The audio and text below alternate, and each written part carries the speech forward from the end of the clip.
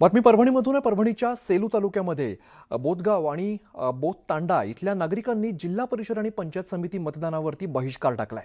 गावाला जाणारा रस्ता आणि गावाच्या बाजूला असलेल्या करपरा नदीवरती पुलाच्या मागणीसाठी मतदानाच्या दिवशीच मतदानावरती बहिष्कार टाकण्याचा निर्णय घेण्यात आला।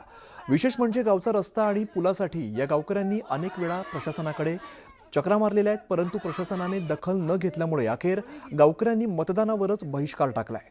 मतदानासाठी कोणीही येत नसल्यामुळे मतदान केंद्र अगदी ओस पडलेलं आहे। त्यामुळे मतदान केंद्रांमधील अधिकारी कर्मचाऱ्यांची मतदान केंद्रातच जेवणाची पंगत बसली आहे।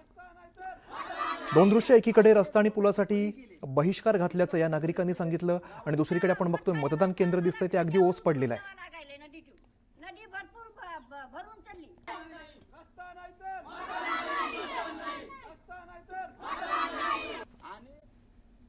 बातमी साताऱ्यामधून। सातारा जिल्ह्यातील कराड तालुक्यामध्ये मतदानादरम्यान भाजप आणि राष्ट्रवादी काँग्रेसचे कार्यकर्ते आमनेसामने आले। कराड तालुक्यातील वडगाव हवेलीमध्ये यामुळे काही काळ तणावाचं वातावरण निर्माण झालं। यावेळी पोलिसांनी वेळीच हस्तक्षेप केल्यामुळे मोठा अनर्थ टळलाय। साताराच्या कराडमधली दृश्य, भाजप आणि राष्ट्रवादीचे जे कार्यकर्ते आहेत ते आमनेसामने आले आणि काही काळ तणावाचं वातावरण निर्माण झालेलं आहे। दरम्यान पोलिसांनी लगेचच हस्तक्षेप केला, त्यामुळे हा जो काही वाद होता तो निवळलाय।